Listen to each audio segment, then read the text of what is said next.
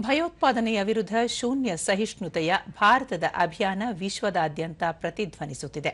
ಭಾರತದ ಬಹುಪಕ್ಷೀಯ ನಿಯೋಗಗಳು ಪಾಕಿಸ್ತಾನದ ಗಡಿಯಾಚೆಗಿನ ಭಯೋತ್ಪಾದನೆಯನ್ನು ಮತ್ತಷ್ಟು ಬಹಿರಂಗಪಡಿಸಲು ವಿವಿಧ ದೇಶಗಳಲ್ಲಿನ ವಿಶ್ವ ನಾಯಕರು, ಸಂಸದರು, ಚಿಂತಕರ ಚಾವಡಿಗಳು, ಮಾಧ್ಯಮ ಮತ್ತು ನಾಗರಿಕ ಸಮಾಜದೊಂದಿಗೆ ಸತತವಾಗಿ ಸಂವಹನ ನಡೆಸುತ್ತಿವೆ. ಶಿವಸೇನೆಯ ಸಂಸದ ಶ್ರೀಕಾಂತ್ ಶಿಂಧೆ ನೇತೃತ್ವದ ಸರ್ವಪಕ್ಷಗಳ ನಿಯೋಗ ಕಾಂಗೋದ ನ್ಯಾಷನಲ್ ಅಸೆಂಬ್ಲಿಯ ವಿದೇಶಾಂಗ ವ್ಯವಹಾರಗಳ ಸಮಿತಿಯ ಅಧ್ಯಕ್ಷ ಪ್ರೊಫೆಸರ್ ಬೆರ್ತ್ ಹೋಲ್ಡ್ ಉಲುಂಗು ಅವರೊಂದಿಗೆ ನಿನ್ನೆ ಮಹತ್ವದ ಮಾತುಕತೆ ನಡೆಸಿತು.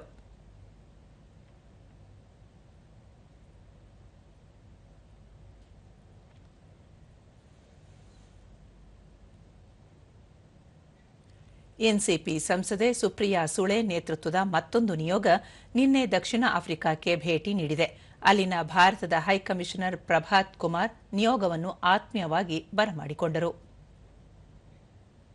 ಮತ್ತೊಂದೆಡೆ ಜೆಡಿಯು ಸಂಸದ ಸಂಜಯ್ ಝಾ ನೇತೃತ್ವದ ಸರ್ವಪಕ್ಷ ನಿಯೋಗವು ಸಿಂಗಾಪುರದ ವಿದೇಶಾಂಗ ಸಚಿವರು, ಸಂಸದರು, ವಾಣಿಜ್ಯ ಮಂಡಳಿಯ ಪ್ರತಿನಿಧಿಗಳು ಮತ್ತು ಆ ದೇಶದ ಉದ್ಯಮ ನಾಯಕರೊಂದಿಗೆ ಸಂವಾದ ನಡೆಸಿದೆ.